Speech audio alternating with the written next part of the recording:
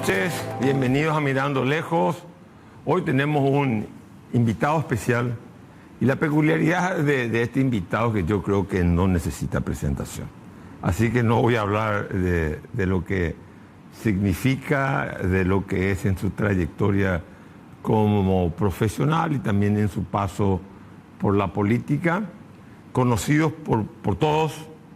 Sus amigos se jactan de su amistad y siempre reconocen una condición humana superior.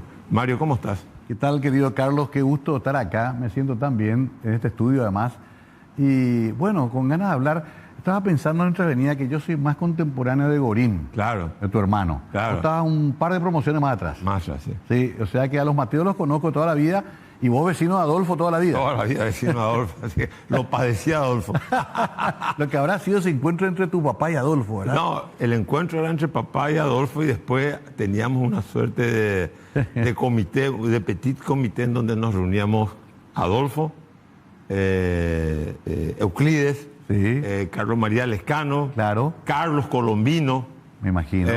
bueno, mucha gente, ¿verdad? Porque era todavía en esa época la política estaba asociada a esa efervescencia cultural y lo Sí. cultural, hoy ya eso desapareció, ¿verdad? Lastimosamente, sí.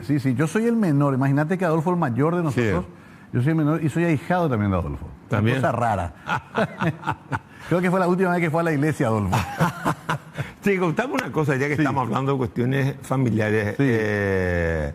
Vos sos ferrerista de familia. Sí, vos sabés que mamá la que era más Sanabria. militante, la Sanabria. Ella Pero tu papá tuvo un protagonismo muy importante Claro. con las armas, en la con las revolución. armas en el 47, atacaron el cuartel de policía, tuvieron que salir corriendo después del país. ¿Cierto Vivieron- que tu padre fue el que entra y le hace volar el brazo al manco? Nunca nos Benítez? quiso hablar del tema él, Ah. a nosotros, nunca nos quiso hablar. Pero sí, eso es lo que todos ya sabemos ahora por la historia.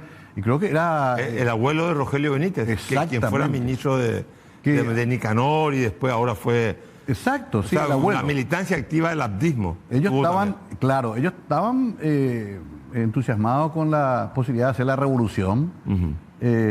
Papá después ya se retira del mundo político y se mete al mundo empresarial. Ajá. Y mamá es la que sigue militando y también en la mesa hablando de política. Yo creo que el gran bagaje que tiene Adolfo y todo lo que nos inclinamos alguna vez en la política en la familia, porque tuve un hermano que fue concejal también Sí, me acuerdo. departamental en Itapúa. Sí. Ahora forma parte del gobierno de la gobernación, ¿verdad? Todos por mamá, que además ella fue girando más hacia una socialdemocracia más activa, muy entusiasmada por lo que pasó en Cuba en el 59, lo que pasó en Chile después con Allende. Mamamos eso en realidad de jóvenes. Y tu padre, que fue, digamos, pues esto es un hecho importante, la revolución del 47, Sí. que cruenta, y hubo gente de acción. Y no es fácil ser un hombre de acción y decir, yo voy a tomar la policía. No es que estás tomando cualquier cosa, estás tomando la central de policía. Tal cual. Y ahí entraron con armas y Sí. después de eso tu padre, digamos, hay una confrontación militar, son replegados los revolucionarios porque no toman la policía, y tu padre después de eso, ¿qué hace? Ahí tiene Marcelino Ferreiro, ¿verdad? Marcelino Rodolfo Ferreiro, Claro. ahí tiene que escaparse. Y viste que uno va construyendo sus historias familiares de a poco. Y hace no mucho tiempo, haciendo campaña política, se acercó una persona y me dijo, mi papá, que era un zapatero afiliado al Partido Comunista, fue el que le sacó a tu viejo en canoa por Clorinda. Esas cosas que uno, impresionante, ¿verdad? O me traen fotos a veces de él en su época de militante. Lo cierto es que, como le pasó a muchos paraguayos, él cuando vuelve ya prefiere dar vuelta a la página. Tenía 7 hijos también. Claro, ¿verdad? No es fácil hacer la revolución con 7 hijos, ¿verdad? Y entonces ahí que él se dedica más a la empresa, llega a ser presidente de CAPSA. De CAPSA, recuerdo, ¿sí? claro. Antes pasa por Manufactura de Pilar, Sí. mucho tiempo. Y si bien era un hombre de mucho razonamiento y que nos enseñó mucho a pensar, mamá era la activa. Yo me iba a verle al doctor Iramay, padre, al Partido Febrerista, chiquito, en la mano de mamá. Y nunca me olvido que decía el doctor, el febrerismo del cambio y el cambio se viene. Y yo le decía, mamá, ¿cuándo es lo que viene el cambio? Pero linda infancia. Yo recuerdo, yo estuve en el velorio de tus padres, un gran fumador era. Lo Exacto, mató el cigarrillo, a él ¿verdad? lo mata el cigarrillo. El cigarrillo, sí. Nosotros vivíamos al lado de lo que era el consulado de la Embajada Argentina y al lado de la casa Edgar y Fram. Sí, me acuerdo. Sobre la calle Acacarayá, Claro. cerca de tu casa. Después se mudaron a lo que posteriormente fue la Embajada Alemana. Correcto. En Leandro Prieto Yegro. Siempre Vos en el llegaste barrio. a vivir ahí. Yo llegué a vivir. Y Adolfo siempre vivía en el enfrente de tu barrio. casa, Claro, y Adolfo iba a la vuelta a ustedes, ¿verdad? Ese barrio también es muy peculiar porque era una mezcla, también estaban los Chávez. Los Chávez. Sí, era un barrio. Edgar L. Fram. Edgar L., papá. Raúl Peña. Los Chávez. Exactamente, Ocampos. Los Campos, Balanzar, Gillo ¿verdad? Campos Balanzar, sí. Sí, era un barrio muy diverso hasta culturalmente Sí. y políticamente también. Sí. Mirá, Carlucho Martini. Claro, a la vuelta. A la vuelta, Carlucho Martini. Yo nunca sé si esa es la casa también de Tornega Valdá. Ahí ¿verdad? vivía Tornega Valdá, en la ¿Verdad? esquina. En la esquina. En la esquina. Linda época, una Asunción todavía bastante provinciana, los 60, 70, que andamos en ómnibus, en tranvía. O sea, linda se jugaba época. full en la calle. Se jugaba full en la calle. Sí. Es cierto que también nosotros de niños todavía no teníamos tanto la percepción de la dictadura. Después vos militás mucho más joven que yo, con la famosa JLRA, Sí. donde coinciden varios amigos como Carlos González Brum, Claro, Patapila. nuestro hermano, Ah. María José Rolón y compañía. Sí. Había chicas lindas en la JLRA. Sí, María José era una mujer Sí. hermosa. Después Mina no, ya- estaba Marta Ferrara. Marta Ferrara. Sí, yo, habían siempre, va- yo siempre miraba ese aspecto de la política. A vos siempre. Me atraía eso, porque ya entró también yo en mi oficio de jockey muy jovencito. Imagínate que ya antes de ser mayor de edad ya trabajaba en Safaris y JIC, dos boliches emblemáticos de los años 70. Vos terminaste tu colegio en el Cristo Rey. Cristo Rey, 11 años. Y después de ahí ya pasaste directamente al mundo de la música. Entro a arquitectura. Me acuerdo, Sí. estás en arquitectura. También lleno de chicas lindas en la época, era la carrera de moda, boom de Teipú, ¿te Aparte acuerdas? siempre te fue bien con las mujeres. Digamos, Bueno. eso es lo que siempre te envidié, te cuento. No, ese capítulo mejor nomás vamos a dejarlo ahí. No, pues siempre fue un motivo de envidia. No, la verdad es que no me puedo quejar. En eso competía con Patapila. Bueno, ¿qué pasa? Entro a arquitectura, me encanta, sobre todo tenía grandes profesores. Imagínate que Pelayo García era nuestro profesor Sí. de historia, Helmers de teoría, Patiño Migone. Era lindo el ambiente de la facultad, pero yo sabía que me iba a ser constructor, ¿verdad? Lo hice más por mi viejo, que como todo padre quería una carrera tradicional para su hijo. Cuando él fallece, ya me libero de ese compromiso. De la carga. Y sí, porque yo estaba cumpliendo con él. Quería que él se sienta bien. Llegué hasta quinto curso. Y ahí me meto de lleno a dos cosas, a los medios y al hecho de pasar música en lugares públicos. Que hasta ahora lo hago. ¿Nunca te dio por terminar la carrera? Por suerte no, porque en un momento dado, ¿te acordás que como ocurrió otra vez ahora, te decían, vení acá, te vamos a hacer pasar nomás? ¿Quién sabe qué iba a ocurrir? Hubo un problema después en arquitectura cuando llegó la democracia, que se revisaban todos los títulos. No porque yo sabía que no iba. Llegué a trabajar con grandes arquitectos, con Toto Fernández, con Curti Paz, llegué a ser dibujante. Me gustaba el aspecto creativo, pero sí me hizo correr la parte más dura referente a hormigón armado, cálculo. Nunca me olvido que el profesor Granada, el hermano de Juan G., me dijo, señor, usted tiene que ir a animar fiestas y hacer jockey. Usted no está para esto, porque me costaba mucho hormigón armado. No, pues viste que hay veces que uno la vida. Sí. El otro día estaba leyendo que Julio Iglesias, ya consagrado a nivel universal, Sí. a la vejez viruela, Sí. va y termina su carrera de Derecho. O sea, digamos, uno deja de repente en la vida, no sé si a usted pasó, Sí. a mí me ha pasado, que uno dice, tengo un capítulo pendiente con algo de la vida. Entonces Sí. uno dice, bueno, regresa para terminar ese capítulo, cerrar ese capítulo. Sí. ¿A vos no te pasa eso? Vos que No me estuviste- pasó eso con arquitectura. pero en la vida en general, ya que estuviste en los medios, digamos, Claro. tuviste un impacto Mirá, público muy grande. La única relación que nunca pude dejar de lado es la vinculación con los medios. Inclusive sufrí mucho en esos 4 años como intendente porque ahí no se puede cumplir otra función. La ley misma te Claro. obliga solamente.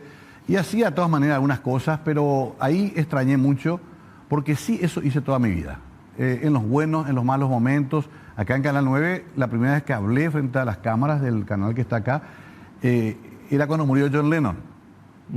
Fue el primer día que hablaste. Sí, al día siguiente me llaman de la producción de Susana Ibáñez Rojas. Me acuerdo, Y Susana. me dicen, buenas tardes, Susana.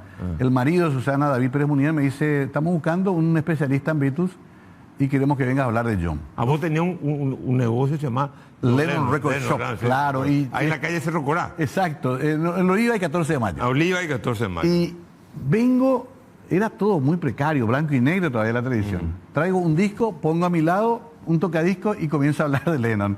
Y le gustó al productor, que era el marido de Susana, y me dice, vení otra vez la semana que viene. Y para hablar y no sé, de lo que quiera, de música. Y ahí me comienzo a vincular con este mundo que nunca más dejé desde ese momento. Es impresionante, son 44 años. A ver, yo siempre una vez le pregunté a nuestro amigo en común, Oscar Vicente Escabone, ¿por qué Lennon y no Paul McCartney?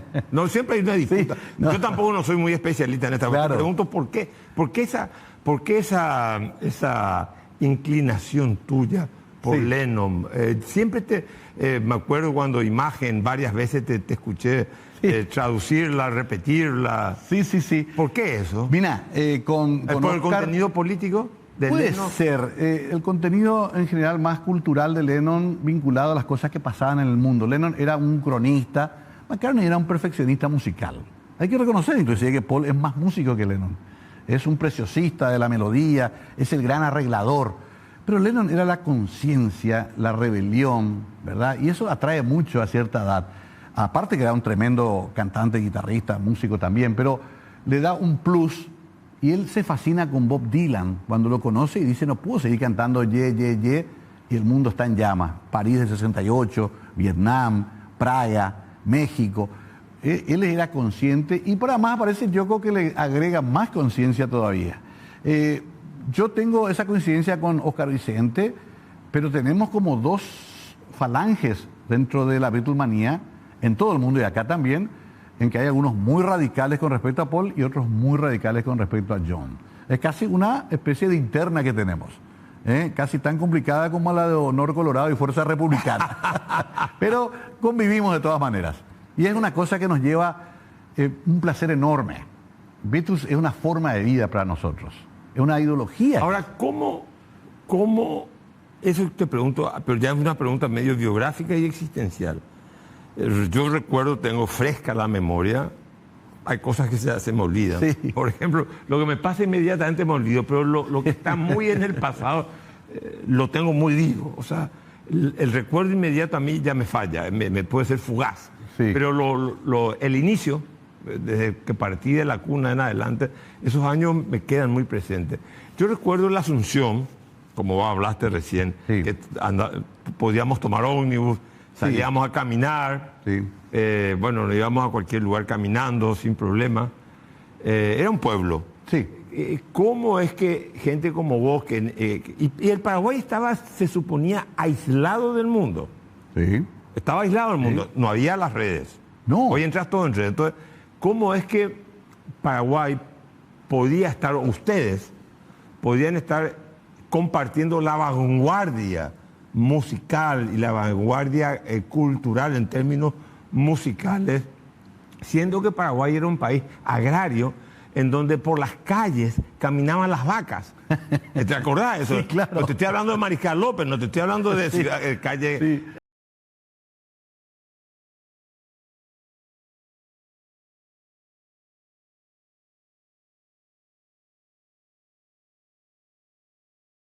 Tenemos que ir a Buenos Aires a ver la película. Sí, para saber qué película estaba nominada al Oscar, íbamos a Buenos Aires. Con la música lo mismo, lo que ponía en la radio estaba atrasado por lo menos unos meses o años.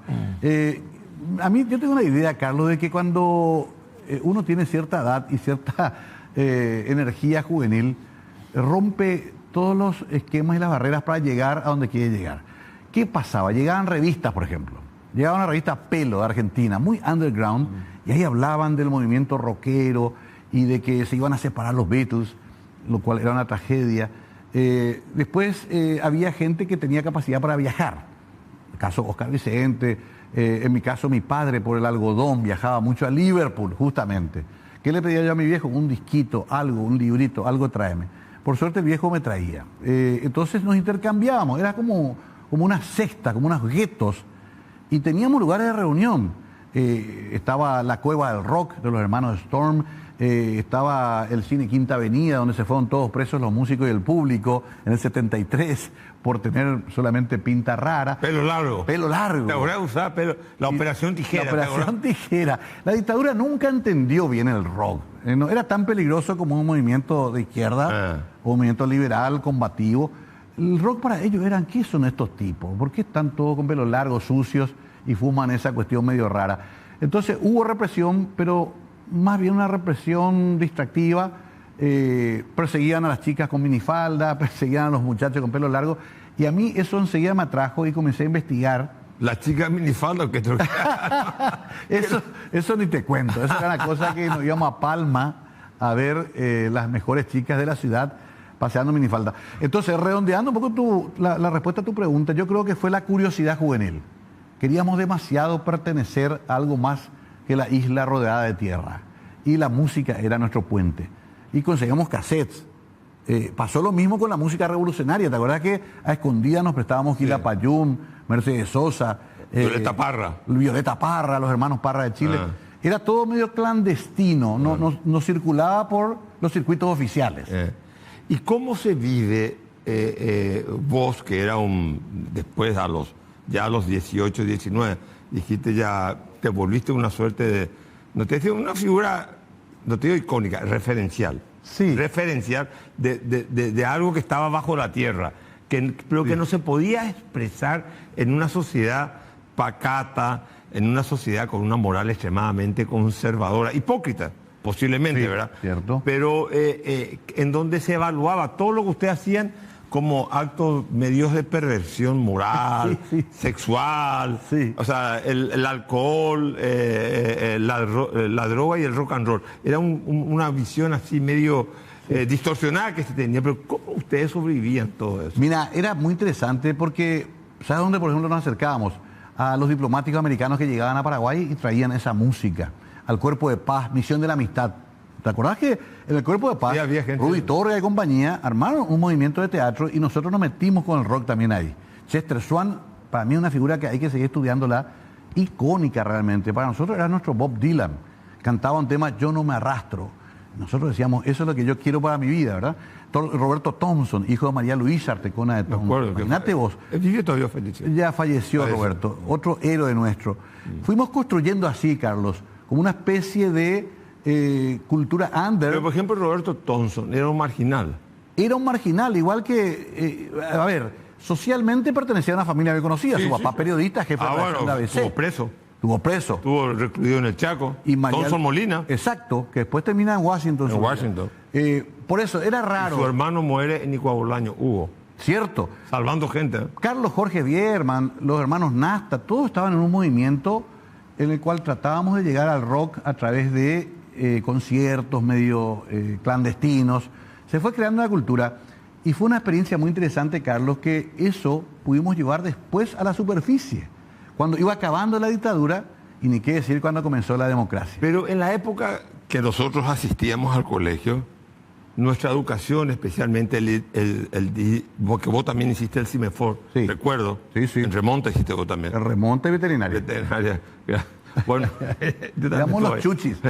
Entonces, había una política cultural, no sé si, yo creo que había una política cultural y una interpretación de la historia paraguaya muy influenciada por Juan Oleari. Sí. Todo el nacionalismo, totalmente. López, la patria, el chauvinismo, lo exógeno era motivo de desconfianza, una suerte de atentar contra la identidad nacional, la identidad de ser paraguayo.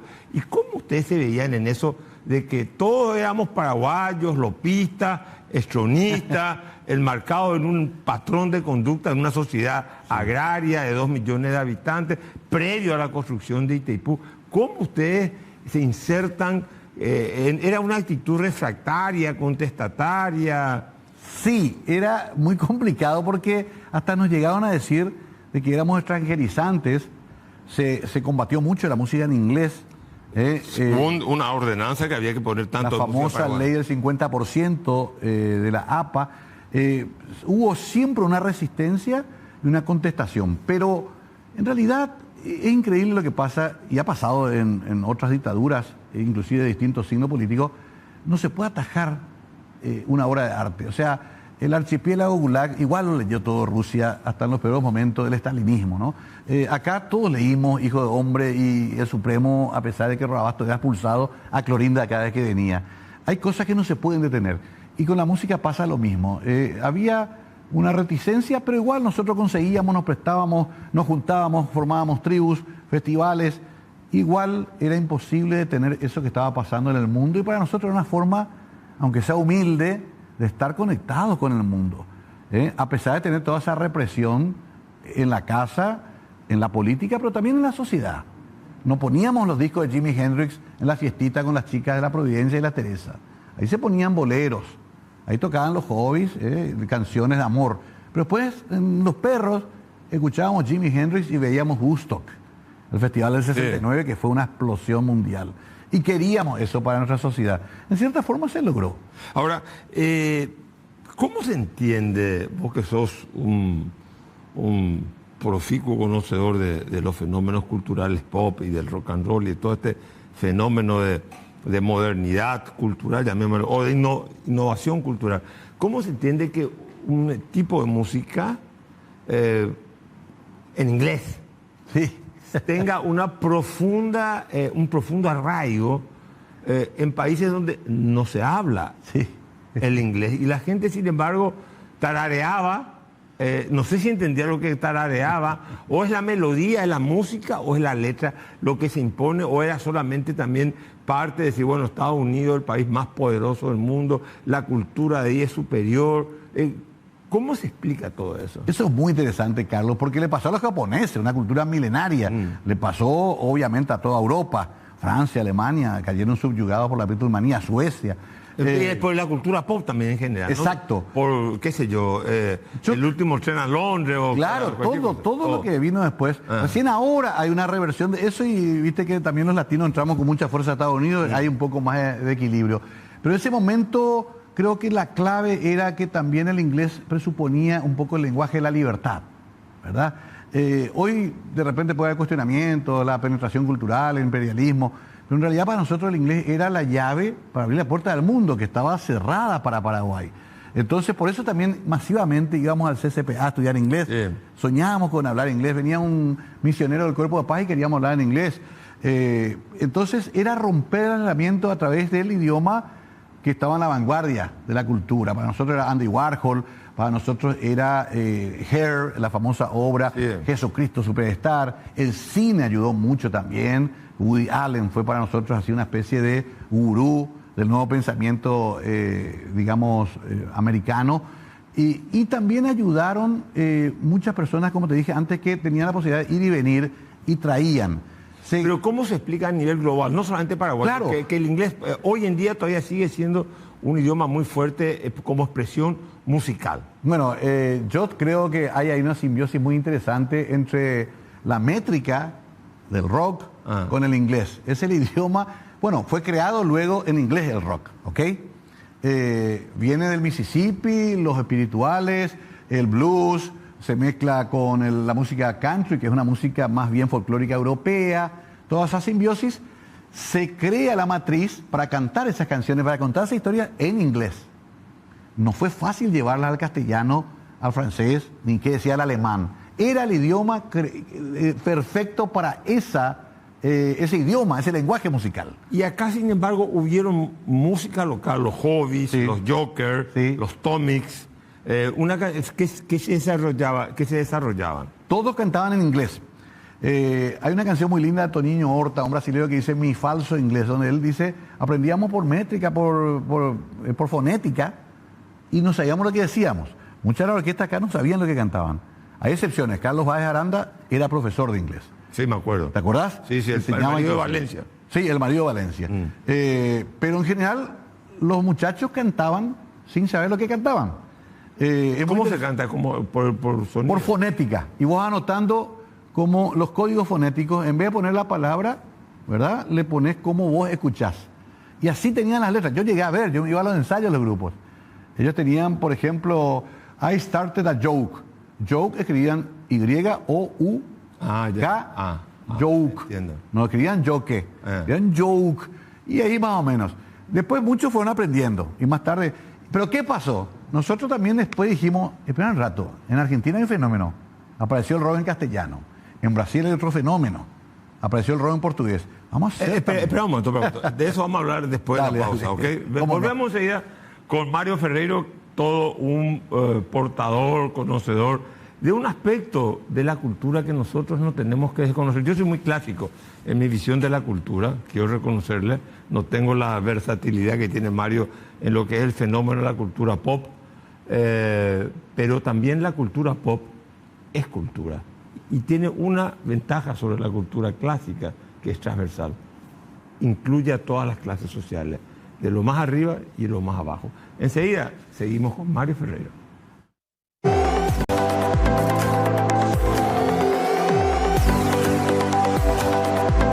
Seguimos en este programa con Mario Ferreiro. Este es un programa que vamos a abarcar cultura y ya se habrán dado cuenta que en varias ocasiones nuestro entrevistado estableció la interdependencia o la correlación entre cultura, momento político y también al mismo tiempo situación social, digamos. Vivíamos en una sociedad que era monocolor en la época de la dictadura. Nosotros nos criamos en una sociedad con una autoridad establecida y unos comportamientos, unos cánones morales muy estrictos. Y bueno, gente como Mario Ferreiro, Oscar Vicente Escabone y otros tantos, ¿verdad? No me vienen a todos los nombres, Jackie, Alcide González Jiménez, claro. Una cantidad de gente, digamos, una actitud, Thompson, que citó, sí. Una actitud contestataria, que implicaba también una refutación, no solamente a lo político, sino al canon moral, convencional, vigente en esa época. Cuestionadora, impugnadora también de la tradición, interpeladora de esa tradición tan, llamémosle, nacionalista de la época que había. Mira, ustedes eran los portadores del mundo en el Paraguay, los que traían una parte del mundo al Paraguay. Sí, vos sabés que es curioso, me quedé pensando, no sé qué dijiste, porque a mí hasta ahora me cuesta ser antilompista, me cuesta cuestionar a López. Pues tan fuerte nos metieron que yo todavía digo, no, pero el hombre hizo circunstancias y hay que entenderle a López en su momento histórico. Todavía me cuesta muchísimo. ¿Por qué? Porque tengo 12 años de formación, Oleari, Luis G. Benítez, todo lo que tuvimos. Todo lo que... Vasconcelos, el libro de Vasconcelos. Entonces, no es fácil desprenderse. Entonces nosotros conservamos eso ahí como una especie de cápsula, pero dijimos, no, igual queremos ver el mundo. Igual queremos ser parte de lo que está pasando. Y pasaban demasiadas cosas entre los 60, 70, los movimientos subversivos, lo que pasó en Argentina fue brutal. Llegaba todo eso también, ¿verdad? Se mezcló inclusive el nacimiento del rock nacional con el nuevo cancionero. En Paraguay. En Paraguay. Lo que hacían folclore sí. Con rock. Exacto. Coinciden en Paraguay. Coinciden e interactúan también, que fue muy rico eso. Ñamandú incorpora, por ejemplo, a Rolando Chaparro, Alberto Rodas compone canciones que cantaba Ricardo Flecha, Pequeño Adrián y ¿Dónde están los desaparecidos? Fue una mezcla bastante interesante, por la cual finalmente concluimos en que teníamos que expresarnos en nuestro idioma. Se va abandonando el inglés, que es lo que hablábamos en el bloque anterior, y se comienza a componer temas en castellano, igual que en Brasil, igual que en España, un fenómeno, México, y eso fue también muy rico y muy interesante. Ahora, eso me interesa. Hubo una influencia rioplatense, y eso quiero saber cómo fuiste inmune a eso, de baladista. Sí. No, Sandro cantaba música traducida del inglés al español, Leonardo Fabio, que siempre un poco melodramático, pero tuvo un éxito terrible, Palito Ortega, que todos tuvieron una influencia grande en el país. Y después vino la música pop argentina también, que traducía éxito, Taboray, Voltop. Sí, claro. Bueno, y todo eso, pero eso no le influyó a usted. Y después surge como respuesta ya algo más autóctono, que es el rock argentino. Sí. ¿Cómo se explica este fenómeno? Mira, tenemos que decir lo siguiente. Todos caímos subyugados también por esa historia de Voltops, Alta Tensión, Sótano Beat, Sandro. Yo fui a ver a Sandro en el Victoria. Era impresionante. Pero... Se miraban todas las chicas, como con Luis Miguel. Exacto. Eso también hay que entender. Era muy raro que las mujeres se liberen en un espectáculo público en Paraguay. Cuando vino Sandro al cine Victoria le tiraban ropa interior.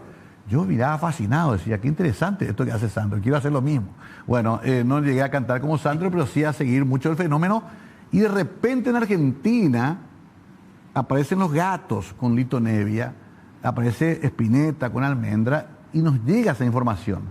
Y ahí todos nos dimos cuenta que había que girar. Ya estaba bien la tontería bailable, pero ahora teníamos tipos que hacían Muchacha, Juego de Papel, Piel de Rayón, Lito Nevia hablando de la balsa, construyeron una balsa y me iban a naufragar. Tanto así que vienen Los Gatos a Paraguay y generan también un fenómeno. Acá había un fenómeno parecido con Los Rebeldes, un grupo que después se va a Brasil. Y bueno, ya aparece la primera camada de rockeros de los 70. Yo le traigo a Lito Nevia en 1981, en una aventura en la cual llené el rowing, pero perdí plata, porque la gente entró por la muralla del fondo. El paraguayo siempre tiene... después le traje a Virus, un grupo también muy revolucionario para la época. Y ahí ya comenzaban a venir Alejandro Lerner. Los 80 comienza ya a moverse todo y tiene su eclosión en Rock Summer, 1988, que fue también un anticipo ya de la caída de la dictadura, no porque Rock Summer haya sido revolucionario en sí, sino que porque ya no tenía la fuerza la dictadura de parar ese fenómeno. ¿Te das cuenta qué interesante cómo de los guetos terminamos un festival de... Se volvió masivo. Sí, y en plena dictadura. Eso fue muy interesante y hasta ahora no está del todo estudiado. O sea que este fenómeno del rock, del pop inglés o argentino o brasileño no se redujo solamente a las clases superiores o a las clases medias altas, sino, digamos, penetró también un poco más abajo, digamos. Totalmente. En sectores populares. Yo siempre hice discoteca, siempre hice animación, y por darte un ejemplo, en el Fomento de Barrio Obrero, un club muy populoso, muy valioso acá de Barrio Obrero, poníamos música tropical 1 hora y rock 1 hora, sin problema. Yo trabajaba con un grupo de tropicalistas que ponían cumbia, y entraba yo y ponía Creedence Clearwater Revival. Y la gente bailaba igual. O sea que es un prejuicio también aquello de pensar de que hay una música para ciertas clases. Como vos dijiste, es transversal esta cultura de la música rock o pop, como vos le quieras llamar. Yo recuerdo, yo no era muy fiestero como vos, recuerdo que cuando habían el decreto que la parte final tenía que ser música paraguaya, la gente abandonaba las pistas. Eso fue muy triste. ¿Verdad que fue así, y verdad? eso comprueba de que toda imposición siempre es odiosa. Sin embargo, ahora... Pero fue así, ¿verdad? Claro, era momento de terminar la fiesta. Y la gente abandonaba la pista. Alguno, quedaba a bailar, pero era muy triste.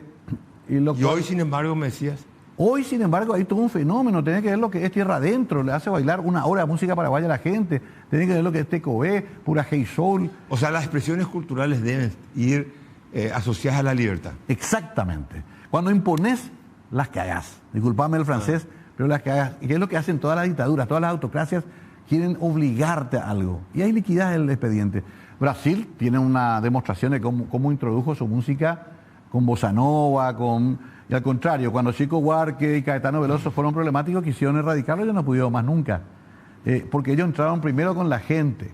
Acá tardamos, pero llegamos. Estamos en un buen momento, Carlos. Yo estoy muy contento con lo que está pasando. Hay unos problemas de mercado, luego conocer como escritor también. Cuesta hacer trascender eso para afuera, pero lo vamos logrando de a poco.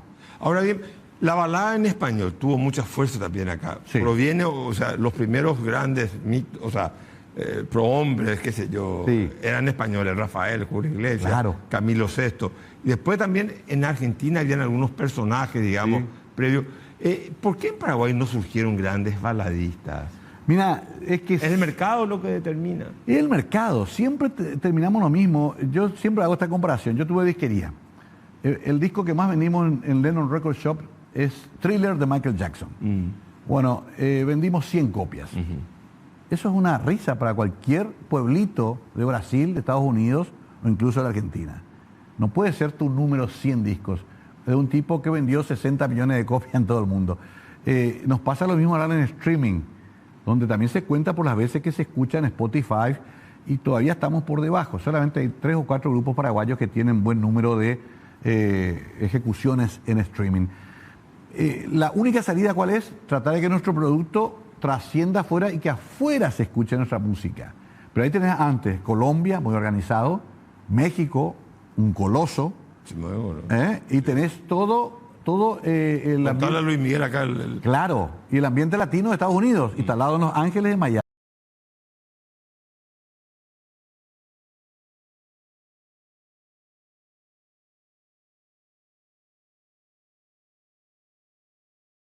Yo todavía creo que vamos a tener un momento en que va a entrar alguno de los nuestros. O sea, Paraná entró en su momento. Bueno, Paraná. que es una gran... ¿Cómo se explica ese fenómeno? Ese fue una excepción y por eso es que Paraná se le dice el único.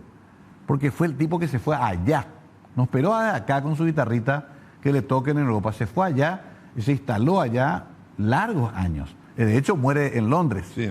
O sea, y tuvo el talento, la magia de conquistar un público distinto, europeo. Es curioso porque la Philips, una gran multinacional, lo absorbe como una estrella y lo proyecta como tal. Yo creo que por eso se le dice el irrepetible. Paraná es irrepetible en esos términos. Ya no creo que pueda haber un fenómeno parecido. Algunos dicen que él fue uno de los introductores de la música latinoamericana en Europa en la década del 60. Sí, porque además de su repertorio paraguayo tocaba guantanamera, tocaba sí, música mexicana. Corridas mexicanas, corridos, tocaba rancheras. El vestuario, tuvo un concepto de showman que no se tenía en esa época. Sí, sí, sí. No, vestían como paraguayos, vestían con colores muy llamativos.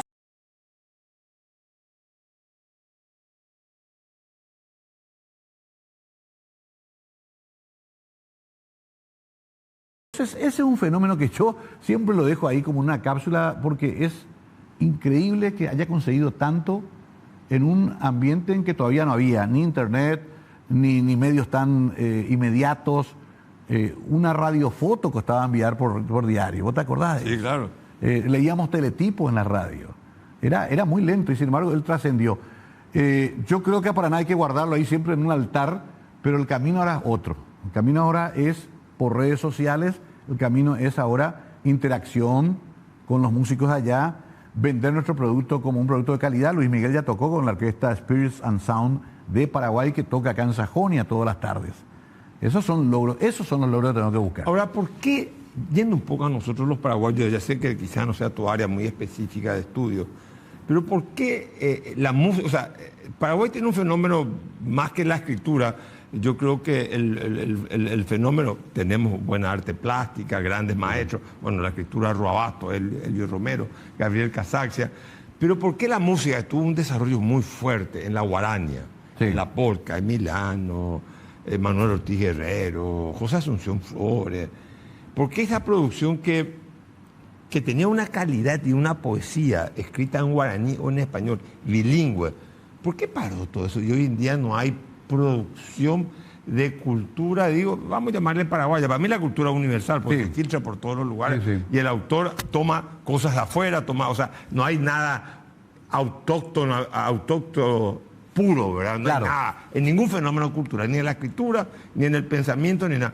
Pero ¿qué pasó con la producción paraguaya, donde hemos logrado una guaraña en la década del 30, del 20, que se vendía en Buenos Aires? Los primeros discos se grababan en Buenos Aires, de guaraña paraguaya. Claro. Y hoy en día la producción, o sea, hay reinterpretaciones de los clásicos, bueno, pero no hay producción, no hay por qué. Te voy a dar una buena noticia.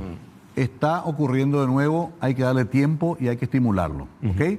Ya hay entidades de gestión, ahí está nuestro amigo Agustín Saguer trabajó mucho el tema de INAPI, el tema de... Porque hay que rodearle también de todo el entorno para que el creador produzca, claro, ¿ok? Así es el camino que han hecho otros países. Han estimulado a sus creadores. Entonces, eso se está haciendo.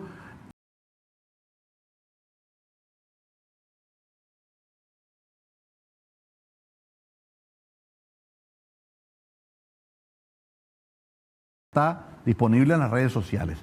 Yo creo que ese estancamiento tuvo que ver mucho con el proceso. ¿Se produce en español o en guaraní? ¿En qué idioma? También están encontrando. Eso también. Es como Siete Cajas. Siete Cajas encontró el lenguaje.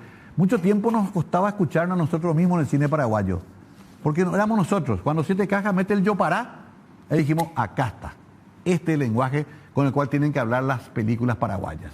Basta de parecer mexicano, colombiano o peruano. Somos paraguayos. Hablamos así. Vamos a asumirlo y le ponemos subtítulo en todo caso. Siete Cajas marca un hito en cine en ese sentido. Y en la música está pasando lo mismo. Estos grupos, Tecobé, Tierra Adentro, Pura Hey Soul, por ejemplo, Desapego, es una canción bellísima. Esa canción ya queda para la historia porque aparece en el momento de la pandemia en que nos estábamos justamente separando de nuestros seres queridos. Y ellos hablan del desapego, que tiene que ver con el exilio también, económico y político. Claro, de muchos paraguayos. Del Paraguay. Claro. ¿Quién no tiene un desapego con alguien que fue a España a vivir? Sí. Porque acá no podía más. O después de la revolución del 47. Exacto. Tu papá fue exiliado, me dijiste. Me fue exiliado. Entonces, mi viejo se casa en el Posada. abuelo de Agustín Sayer. Claro, desapego, te recomiendo. Purajé y Sol, buscalo ahí en YouTube. Voy a buscarlo. ¿Entendés? Ahí ya. Pero hay un proceso, hay que acompañar. Y el estancamiento, con eso te cierro esa respuesta, tuvo que ver con la dictadura. Obviamente. A Flores no le dejaban entrar ni muerto a Paraguay. Tuvo que irse Stroessner para que venga su cadáver. Así de brutales son las dictaduras, vos lo sabés mejor que yo. Herminio Jiménez también. Herminio vino con una sonrisa. Nosotros cuando leímos dijimos, este es Quincy Jones, este para nosotros es Barry White, es el más grande. Pero eran maestros de la música. Maestro, Nicolás Pérez González. Pero ¿por qué no hemos logrado de nuevo llegar a un nivel de producción de esa calidad? Es que 35 años, sistemáticamente hubo un proyecto cultural, que vos lo conocés también muy bien, que perimió, que desalentó, que persiguió eso. Y se privilegió la mediocridad, que cantaba odas al dictador, o como dice Purajey, que le es, dice Alberto Candia. Eran canciones de muy bajo nivel, chupamedias. Se puso al servicio también del proyecto. La cultura al servicio de la... Exactamente. Entonces, fue un daño muy grande. Por eso es que son tan dañinas las dictaduras. Más allá de los desastres en derechos humanos, culturalmente nos dejan postrados. Y en música no fue diferente. Mira que te cuento una rápida. Antes, oficialmente, Paraguay reconocía polka, guarania, galopa y rasguido doble como música paraguaya. Si un chico cantaba Soy la Chacarita y contaba su visión del barrio Ricardo Brugada, no era música paraguaya.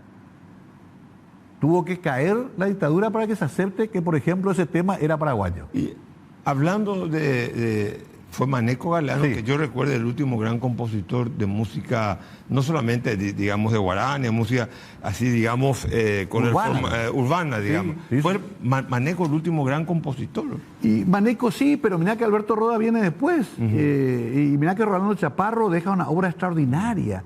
Nos falta todavía digerir y también los canales de difusión organizar mejor.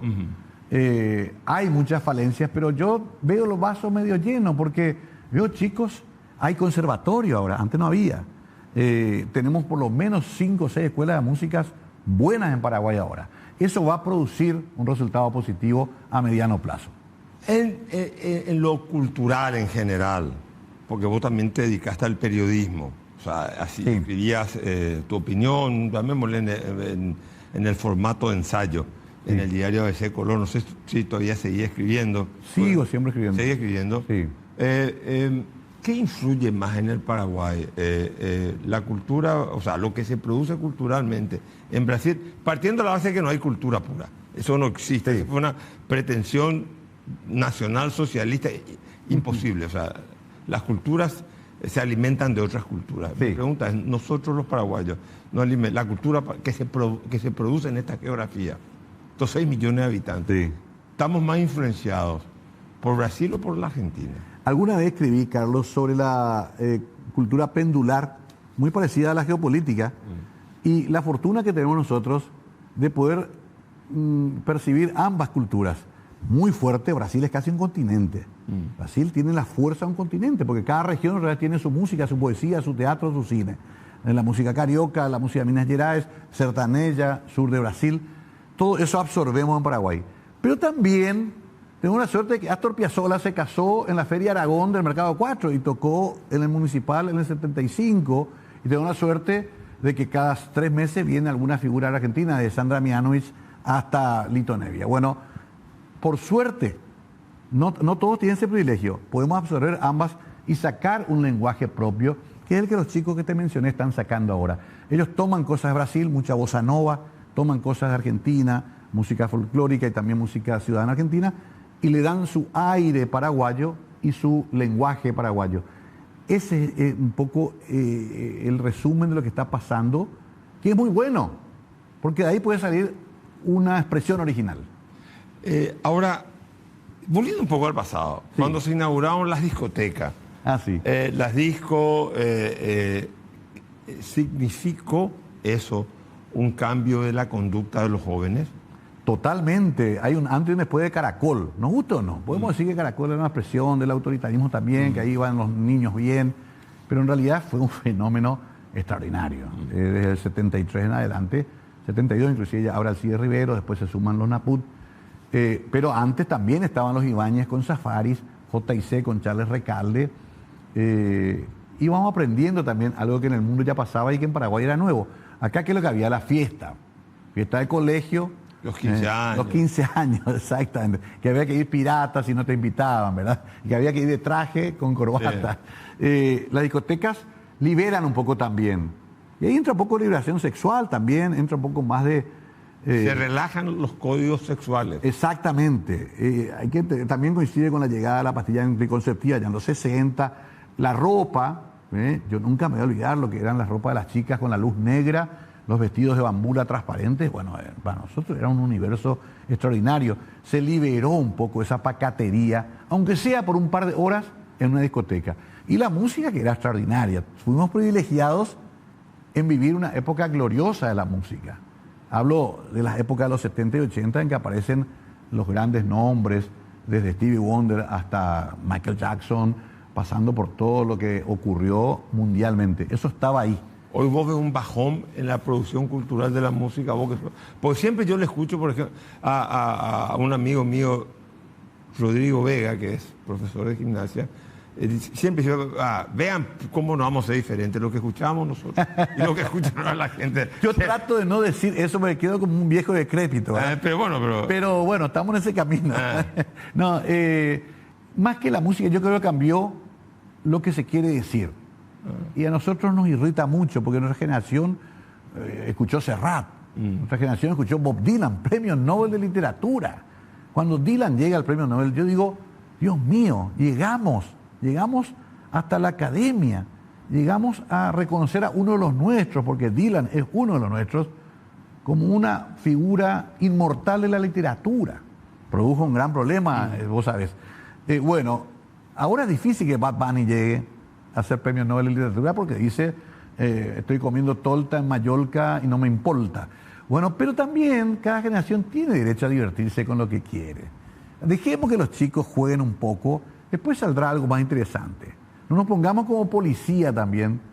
Nosotros también bailamos Mamá Yuquero, una chupeta, ¿verdad? En el Centenario haciendo trencito, ¿entendés? Con Enriquito Riera. Bueno, entonces dejemos también que ellos hagan esa parte y después encontrarán otras expresiones que también las hay. No creo que sea mejor o peor, es diferente y puede que hasta se aleje de la música y entre más en otro tipo de expresiones, el rap, el hip hop y ese tipo de cosas. Ahora, decime una cosa, Mario. Te metiste en la política, no quería tocar mucho el tema político porque creo que vos sos un hombre, creo que los paraguayos no sabemos extraer de cada paraguayo o de cada personaje paraguayo lo mejor que tienen, pero ¿por qué te metiste en la política proveniendo de un mundo tan, digamos, tan contrario al comportamiento político donde uno tiene que fingir y vos escuchabas música que decía expresar tu autenticidad? Y vos y te escuchabas, y vos te encerrabas y escuchabas música solo, o sea, gozabas de una soledad. Claro. Y en la política, si no hay bullicio, ¿quién está fracasando en política? Sí. Recuerdo que Patapila me decía que ahora como candidato a lo mejor que podía haber, como candidato.